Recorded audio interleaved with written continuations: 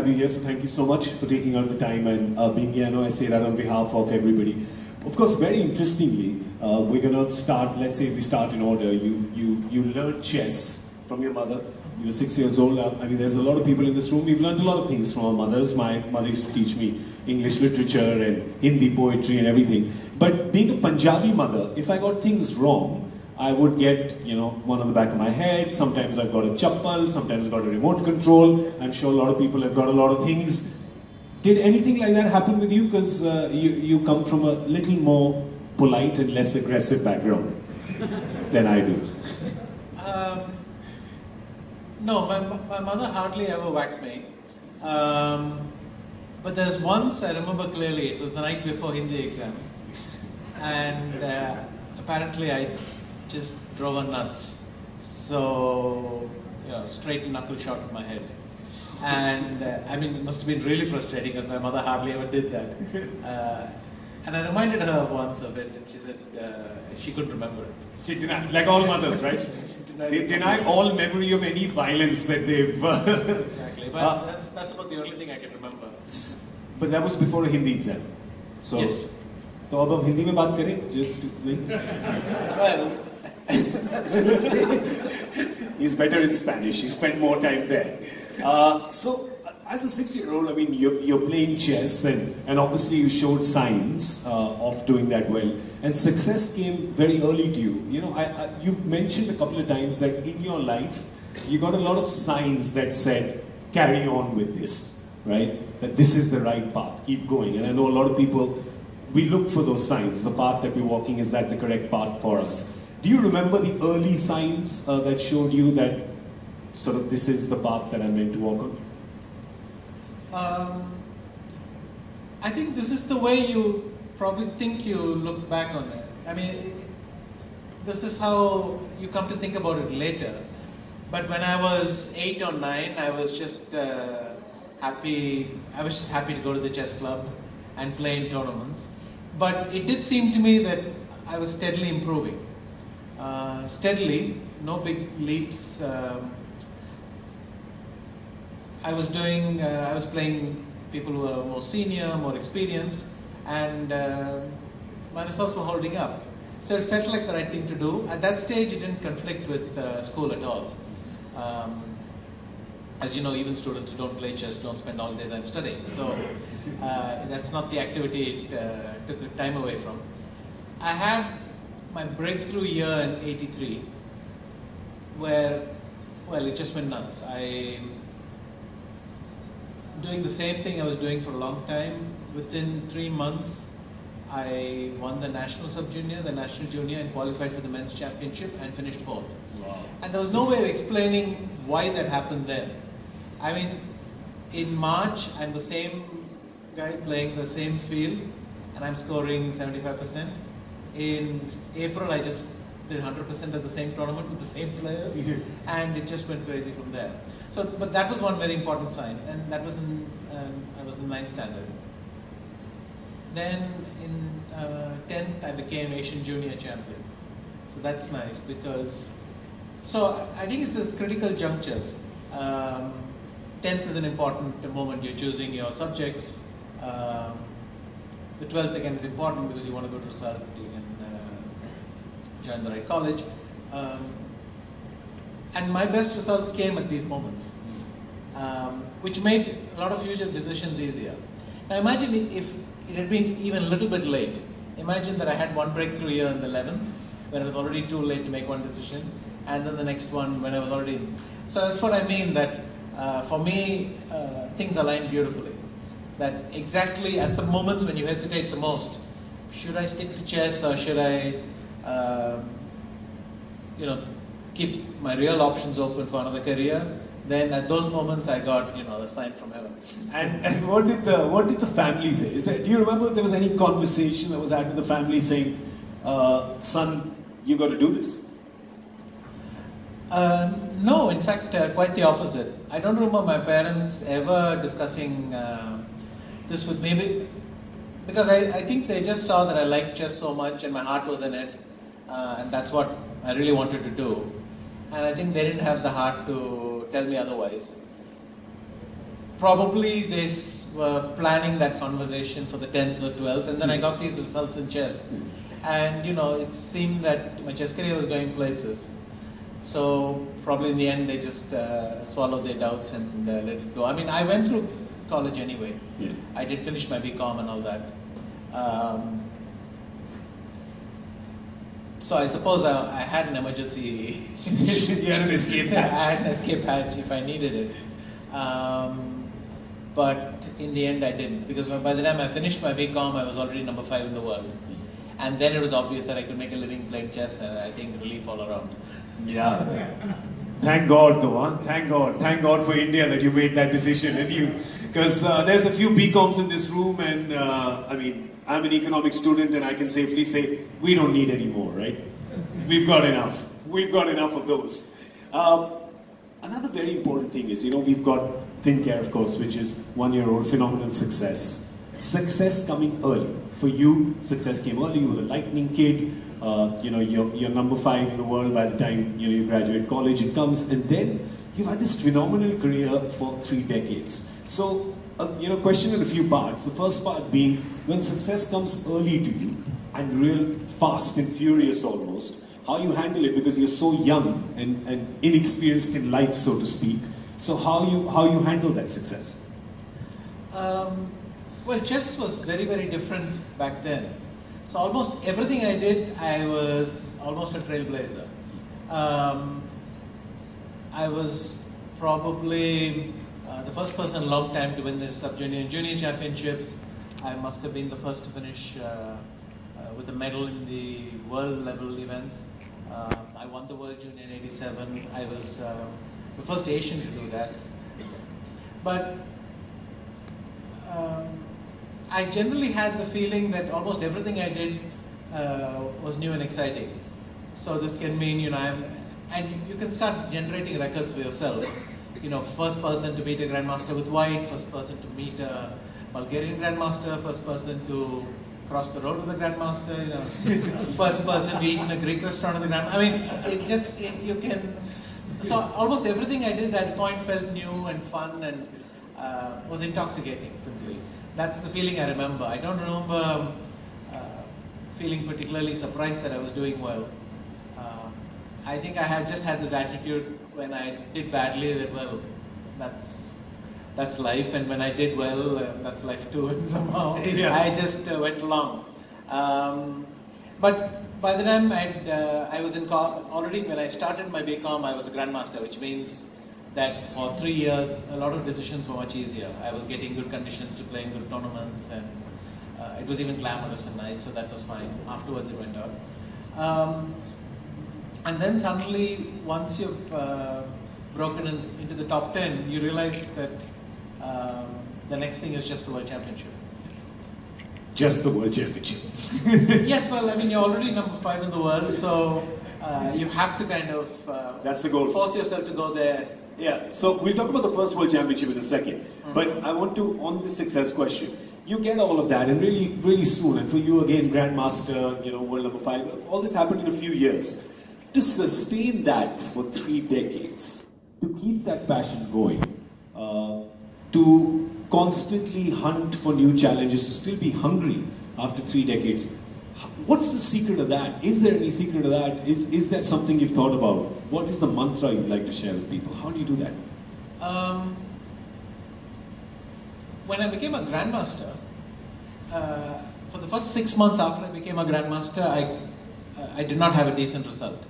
In fact, in the 6 months after I became a grandmaster, I would not have become a grandmaster again, because I was not, you know, getting the results I needed.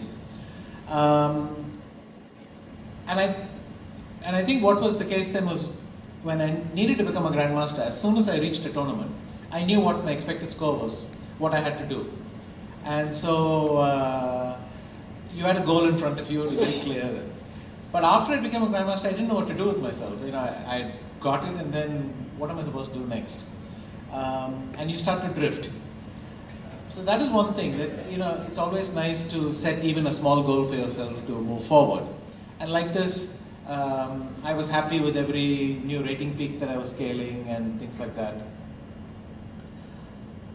But I don't think I had very soul-searching situations with myself at that stage.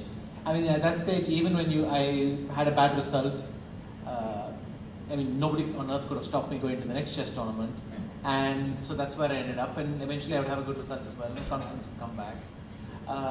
It just felt so natural to be doing that at that point.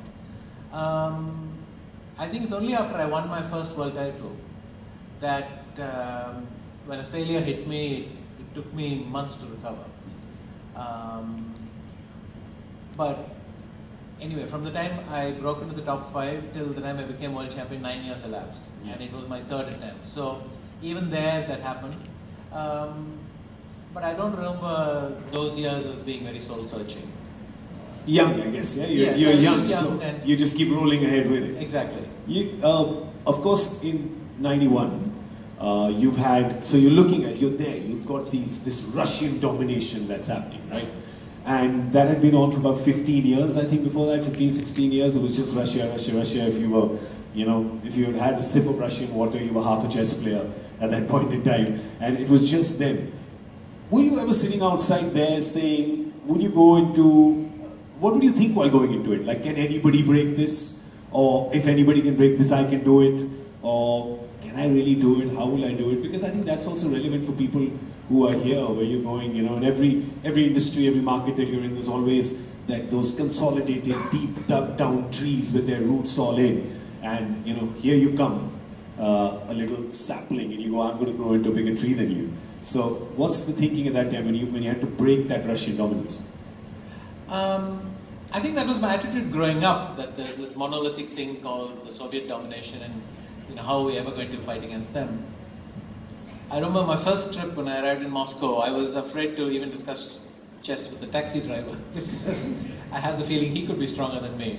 And I remember in these junior tournaments, if any participant had an OV after his name, you kind of treaded around him cautiously. So, you know, that phase was there. But from the time I started associating with them closely, I realized that they were thinking the same thing that I was. They were not thinking, how do I break the Soviet domination? They were just thinking, how do I get past Karpov, or how do I get past Kasparov?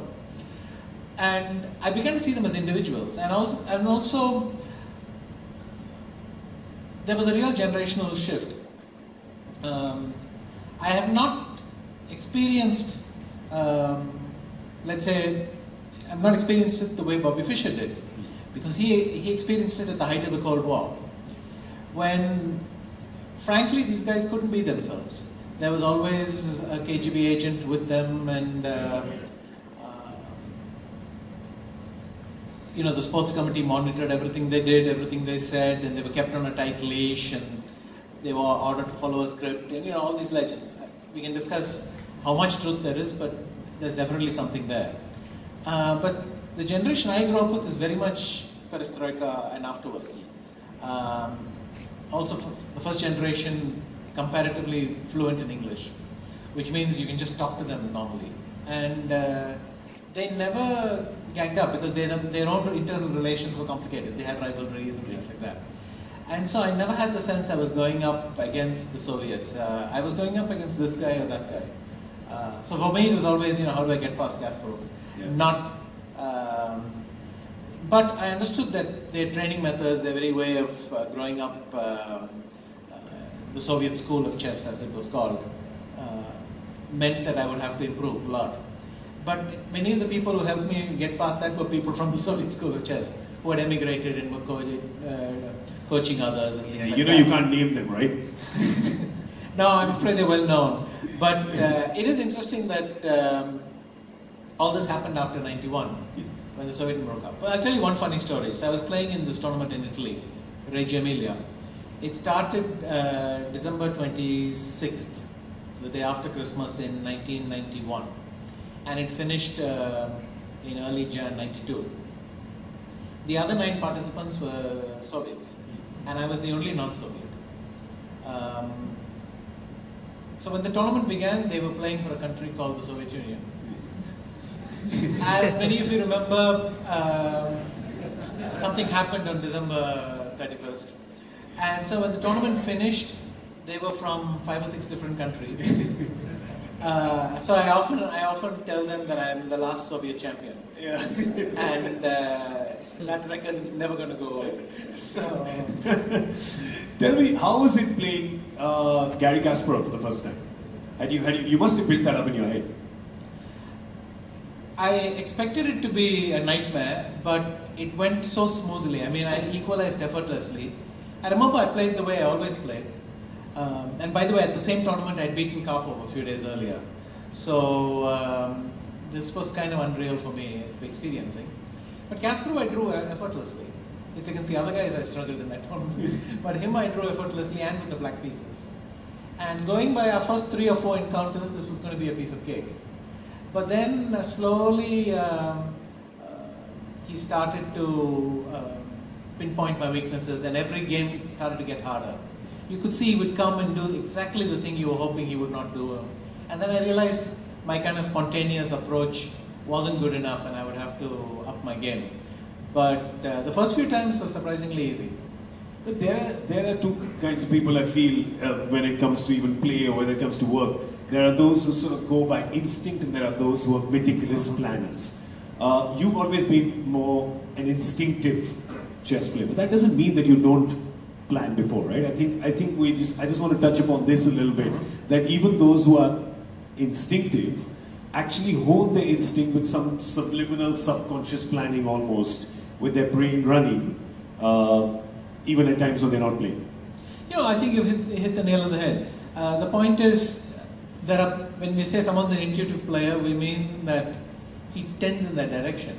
But of course, you can't be one or the other. I mean, the most intuitive players are still calculating a lot. It's just they may go with their intuition earlier. They may just feel something so strongly that they say, okay, I can stop calculating now. But you can't wing it like that at that level. And equally, the meticulous ones understand that trying to solve every position is a recipe for disaster. There comes a point when you have to go with what feels right. And so in the end, yes, all these players are a mixture of both. So you said in your early days, success or failure didn't matter, winning or losing didn't matter, you just kept rolling ahead with it. Does that get harder as the years go by, when you get into your 30s, when you get into 40s? Does that dealing with the loss become harder, or does it become easier? Because as a sports person, as a corporate person, no one's going to win every day. Yes, I would say at every level, not being able to do what you could do is a kind of failure. So yes, I mean, you experience failure all your life along with success. But it's harder when you can no longer see how you can go up. Like, so once I became world champion, I felt this more strongly even. So when I had my first big, let's say, catastrophe after I became world champion for the first time, I simply didn't know what to do with myself, because for the first time I had to face the prospect that it was all downhill from here, or so it seemed.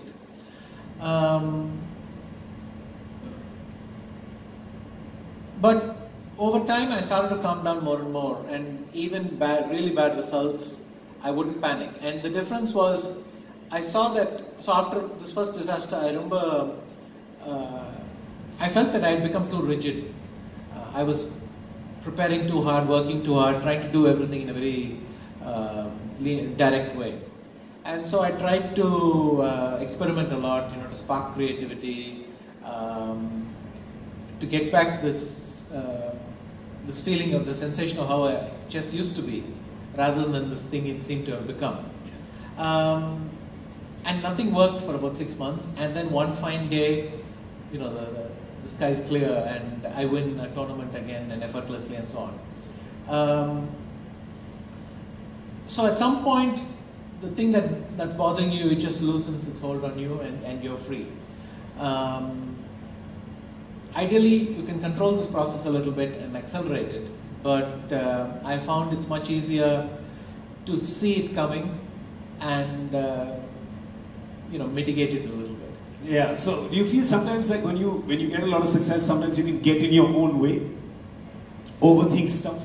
I think I can see when I'm starting to get complacent, or I mean, it's almost in spite of yourself, because over time you become disciplined and you'll go through the routines. But you can see that somewhere deep down, the intensity or the passion isn't there. And you're going through the routines, but you're not panicking enough, or you're panicking too much. It doesn't feel right. So I've gotten better at seeing it coming. What I haven't got good at is being able to then do something about it consistently. So all I do is I fall back on some responses that I've learned, and sometimes I dodge the bullet and sometimes I don't, and that's all you can manage. In a way, it's how it should be, because if you could control it that tightly, then you would never fail at all. So of course, at some point it's going to happen anyway. The most important thing is to learn how to get back from that and to draw conclusions and change the way you do things. So you obviously get into a zone when you're playing chess. Now honestly, tell us, we're all friends here. Do you sometimes does the concentration waver sometimes? Have you ever been in the middle of a really high pressure match thinking, I would really like some pizza right now? Have you been reading my mind? No, actually that happens quite often. What can happen is you think you're winning the game and your mind will wander to what you should do that evening. Yeah. And it's generally bad news, because you still need the point, and till you haul it in, you shouldn't relax. So yes, that sort of thing happens very often. But in a way, if you recognize it, then you can have some pre-programmed response. So for me, it's always good when I have that thing is to get up, go to the players area, have a biscuit or a tea, or make myself a tea, try to break whatever is happening, come back, and then start again. Something like that, and that will increase my chances of success from 20% to 50%, and that sort of thing. There is no response that works all the time in life. But there are things like this that I do. Sticking to certain routines before the game, pushing away unhelpful thoughts the night before. Tell us your routine before a game. What's your routine before a game? Generally, I wake up, around a certain time. So it can be 9:15, it can be 9:30, but it's not going to be too far off in either way. Go down, get breakfast. Then after breakfast, to go for a short walk or do something a bit relaxing. Then to do some training work. Again, all these times will get adjusted if the game starts an hour earlier or two. Then I like to take a power nap before the game. Especially if I can fall asleep, that's the best. In two ways. One is it somehow feels very healthy, and the second is every moment you're not worrying about what might happen in the game is better for you. The problem with worrying about what might happen is you have no control over where that's going, and I often find it a big relief to find myself at the table and for the game to start, because then only one thing can happen. So, and that's it really. That's my routine. In the evenings, again, you try to do as much work as you can before the next day, but the most important thing is to also give yourself some space to relax.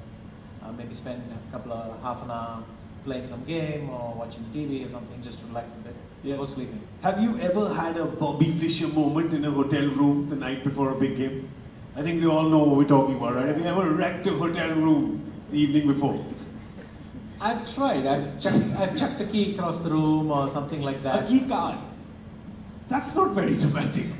Oh, no. You're much too modern. The old keys with weights, with weights to them. I mean, there's no thing. If it hit something, it could smash. But usually, I'll hurl it against the bed and it bounces. No, there are moments you want to punch yourself. Of course, there's no getting around that. But I haven't actually trashed a room yet. You haven't? What's the most interesting thing that's happened for you yet? We'll check the Taj Lands End in the morning tomorrow. Ask the management how that goes. No, I'm not anywhere in that category. I mean, I've not damaged a hotel room in my life. But trust me, I feel what Fischer does, or what some people do in these rooms. I can understand exactly where they're coming from. because you want to do it, but in fact, a couple of chess playing friends have told me it's really a pity you don't drink because it's one of the most useful responses. We've got a couple of pictures. I want to show you a couple of pictures that we had pulled out.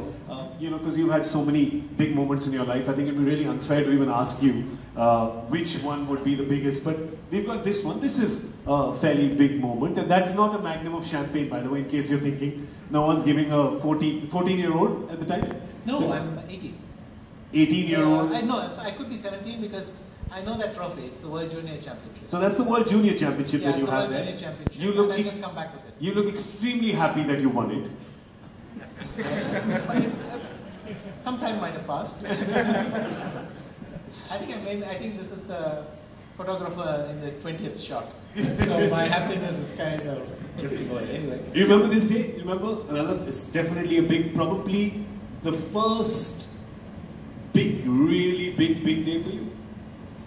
I remember the day vividly. I remember it happened because somebody wrote that I played 12 perfect games and then I made all the mistakes that I hadn't made in the first 12 games on the last game. So I made my life so difficult and then I escaped by a miracle, which meant that I won. And so there was a relief at all sorts of levels. I was very, very happy. No, I remember that vividly. And then in those days, news, of course, traveled very slowly. So we got down from Baguio to Manila and slowly the news started to break. And so an Indian naval vessel which had docked there suddenly invited me. So that was nice. I went there. Then by the time I got home, people had started to pick up on it and so on. So it was my first experience with that kind of reception. Actually, now that makes sense. I think that picture can be rightfully captioned, "My God, that was close." Right? That's a good caption for that picture. That could be a perfect caption. Okay, we've got another one. Can we move to the next picture, please? Okay, this picture I specifically pulled out because this look that you're rocking with the mustache. I want to know the inspiration behind this look, and have you ever thought of bringing this back? It's a real sort of Dapper Dan kind of look, you know. Yeah, and there's also a hint of a beard, but basically I didn't know how to shave. So this was December '86 at the Olympiad in Dubai, and I think sometime, I remember it was before my +2 exams, which were in March. Yeah. So very quickly afterwards, my father said, "I'm going to teach you how to shave." And so evidently it wasn't a popular look. We've got another one. Let's have a look at the next one. The Padma Vibhushan, this is. Yeah. Right? So you were the first sports person in India to win the Padma Vibhushan. I think that deserves a round of applause. Second highest civilian honor after the Bharat Ratna in India. Special day as well, I'm sure. Yes. I'd gotten the Arjuna Award, the Padma Shri. So I'd been in Rashtrapati Bhavan before. But this came after a long break. So it was nice to go through that again. But I think it was more exotic the first time when I won my Arjuna Award. Because then it's the first time in Rashtrapati Bhavan and then you go to the ceremony. That was very early, wasn't it? Yes, that was 15. Yeah, 85. 85. To win an Arjuna Award at that age, to go into the Rashtrapati, must have been just a crazy wow moment. Yes, and there's this very embarrassing photo where I'm wearing kids and a sort of blazer, and I think that was the compromise my father finally agreed to. He said, "Okay, you wear anything you want down below, but at least please wear a blazer on top." Okay, another one of your big days. Talk us through that. I'm getting a neck. Yeah. Of course, this one. Aruna, of course, extremely important part of your journey as well. Tell us something about that, because to have a life partner who is such an active part of what you do, I mean, that's just as good as gold, isn't it? Yes. So the thing about chess players is no one is really used to them.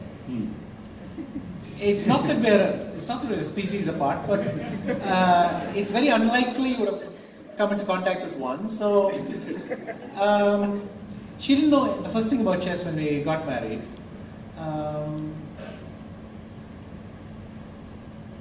And one of the first things she found out was that chess players, when there's an interesting position stuck in our head, well, you might as well talk to the wall. So, but right after we got married, I had to go to a tournament. So we went to this tournament in Germany, and she would come to the tournament hall in the auditorium where it happened. She would just fall asleep every day because it was very dark where the spectators were, and it was air conditioned. So she said, I just couldn't keep my eyes awake, and she would sleep the whole time. Then if she heard some clapping, she'd wake up and see what happened. She's a very light sleeper. Then she'd run out, but she would have no idea what had happened. So whether they were clapping it for me or for my opponent. So she didn't want to say anything till she knew what had happened. So she'd hide in the women's toilet, and then I would go outside and say, you can come out now, and then she'd come out. So she felt very strange around a chess environment, but she got to like it. And very quickly she managed to figure things out, that you can read chess players by their faces. So even if she had no idea what was happening in the game, she knew which guy had lost that day, who had won, who was in a good mood in the morning, who had fought with his girlfriend, all that stuff she could read, even if she couldn't actually follow the game. And very soon she became a chess wife. Sort of like an army wife, I guess, in a different kind of way. And one of my favorite stories from that time was, we went to this very important, actually it was a world championship in Switzerland, and she knew that I get slightly paranoid about where I leave my notes and things like that. So I used to have a backup, and she said, I put the backup in the safe, and the code is 2706. That should be easy to remember.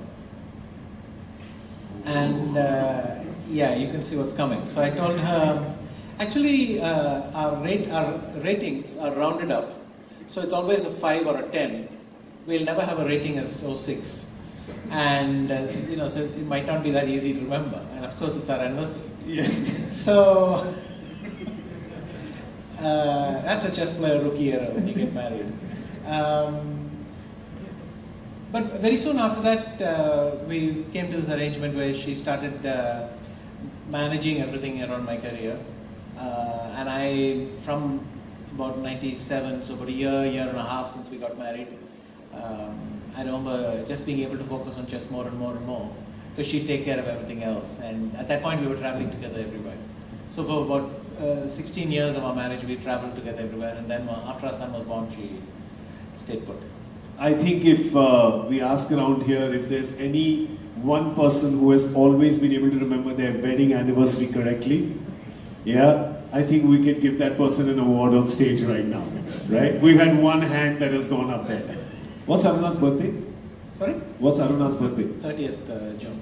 Oh, well done. That was good. That was pretty quick. It's 3 days after the anniversary. That's good. Talking about numbers, you have a planet named after you. By the way, I don't know if you guys know, Anand's got a planet named after him. What was the number again? That's not anybody's anniversary, so. Yeah, it's my name, Vishy Anand, and 4538 is the 4538 yeah. Is the planet. That's too kind. It's an asteroid. It's a small rock.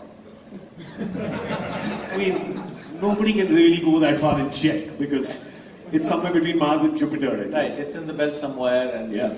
Apparently I'm very cold. I'm minus 230 Kelvin or something. You're cool. I'm cool. You're a 5-time world champion, you gotta be cool. You gotta be like that. Exactly. But when you got, there's an interesting story about when you got the news that a planet had been named after you. Tell us that.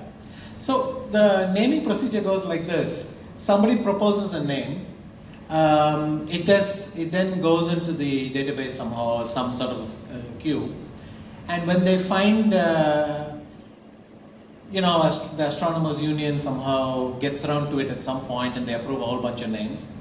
And then, if your name is there in the list. So there was an astronomer who was a chess fan, and he proposed my name. And it went through, and then it got published on 1st April 2015. So a lot of journalists started calling me and asking, is it true that there's this planet named after you? And I said, no, come on, look, it's April 1. So it's obviously a joke. And then one perceptive friend said, Does NASA also publish April 1st jokes? I said, no, why do you ask? He said, because it's listed on their page. So I went and checked, and then I started telling people, look, I don't know. It might still be a very clever gag, but I have no idea what's happening. Anyway, by later that evening, it turned out it wasn't an April Fool's joke. It was actually true. And so I wrote to this chess player who was an astronomer and thanked him, and he said, no, I enjoyed this game and that game, and that's why. So I sent him a book of my best games. Oh, fantastic. So, There's the 1st of April, by the way, makes everybody in this room very nervous. It's a very important day, the 1st of April, for everyone in this room. Some quick questions before we wrap up. The toughest opponent you've played against? Well, generally, the toughest opponents are the ones you lose the most against. These days, that's very often your computer or your phone. But if you mean toughest human, yeah, probably Carlsen or Kasparov before that. The most promising young chess player you see on the circuit right now? Well, right now the hottest name is Praggnanandhaa, because he just became a grandmaster at the age of 12. And he has a name with 2 Gs. I mean, several consonants repeat themselves, and so he fascinates Europeans when he travels there. And to his credit, right after he became a grandmaster, he went and played one of the world's best rapid players and acquitted it quite creditably. So he's big, but we have quite a few. What's the most distracting thing an opponent has done while you've been playing? When I was very young and I used to play the national championship, there was a player called Vaidya, and he used to have a keychain and he would just keep spinning the keychain during the game. And there might be a photo of me wearing a cap, and the cap is not for the sun, it's to stop seeing the keychain. So I used to wear the cap and look at the board like this, just because I couldn't stand his keychain. This reminds me of like a bad guy in an old 80s film. He's just doing that. Yeah, well, actually we had a fairly intense rivalry. I mean, I lost some intense game to him, but then I beat him when I became the national champion for the first time. That was a crucial game, and afterwards I visited him very often in Thane. But at that point he used to irritate me a lot during the game, especially when you're aware that that thing is spinning. It doesn't even matter if it stops spinning; it's in your head. So, it's a phantom spin that's happening in your head. We must touch upon this for sure, because you just spoke about it. So I know we're out of time and we need to wrap up. So real quick, because you said, playing against our computers and our phones.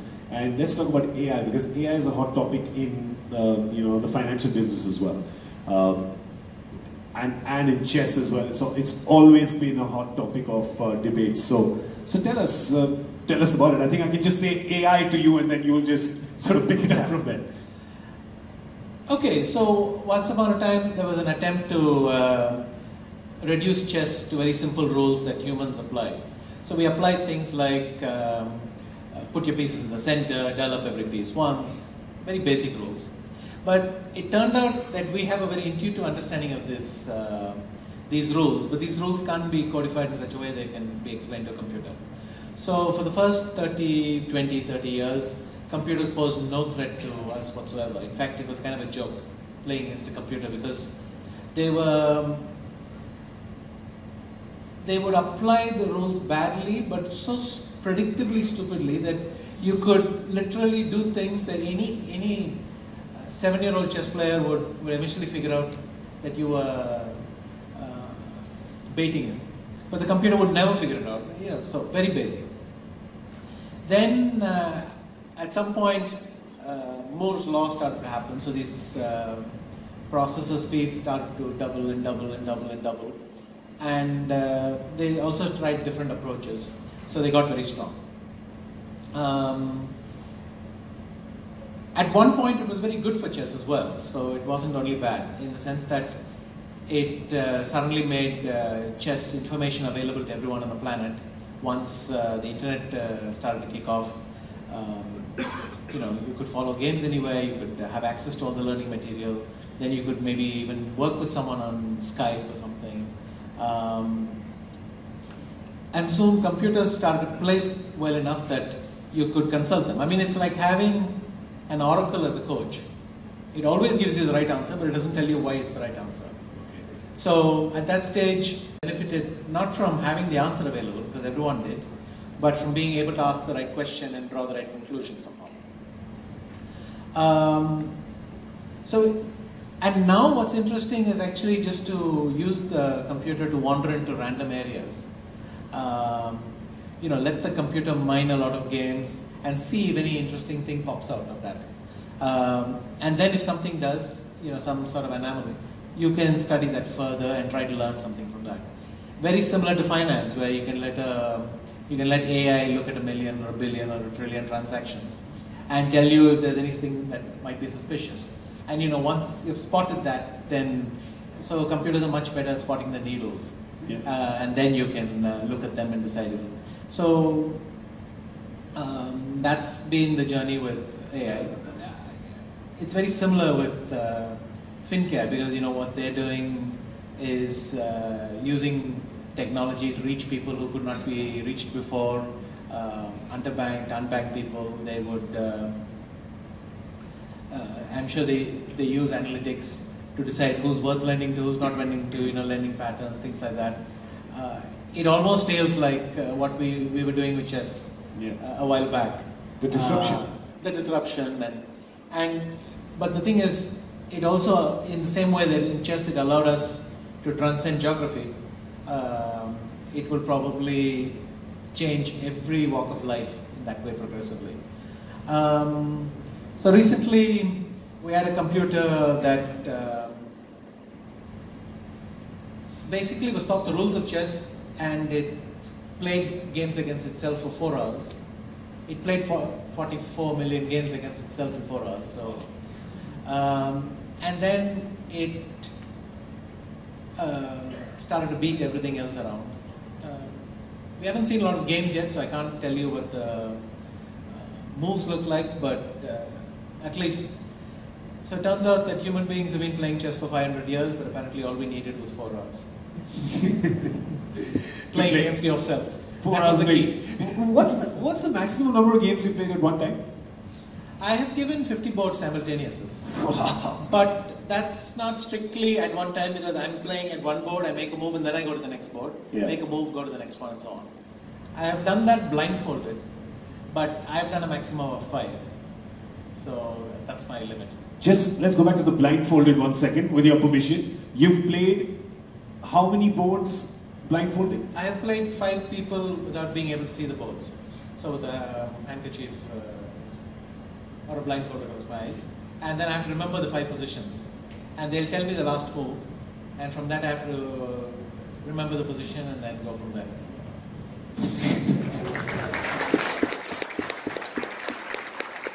You'll also laugh when I tell you this, because apparently even when you're playing 50 boards simultaneously, or you're moving from one board to the other, did a kid once try to sort of move a piece and you caught him?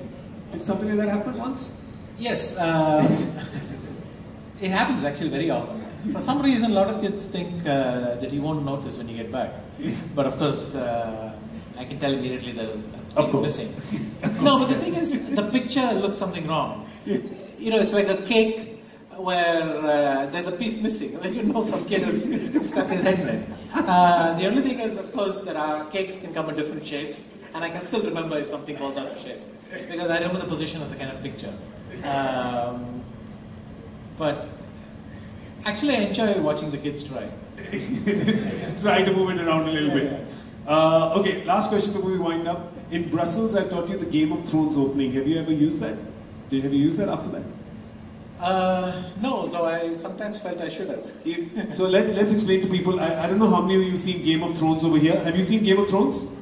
So the Game of Thrones opening essentially is that in your first move, all your pieces move ahead. So the entire army attacks together. So if you ever see Anand make that move, right, you know where that came from, right?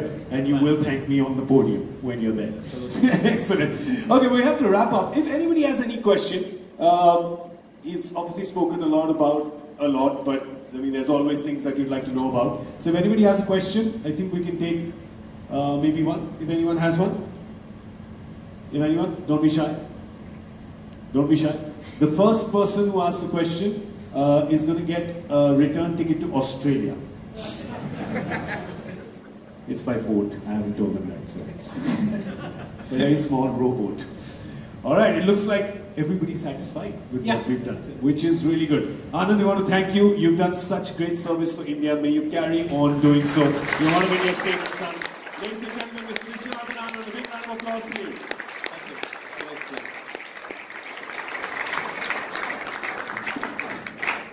Well, thank you very much indeed, and thank you so much, Gaurav, for extracting all those wonderful perspectives from our Grandmaster. In fact, these are the things we don't get to read on a Wikipedia page, and I'm totally relieved to know that even legends can think of a pizza before a game. So thank you so much. Can we have a louder round of applause, ladies and gentlemen?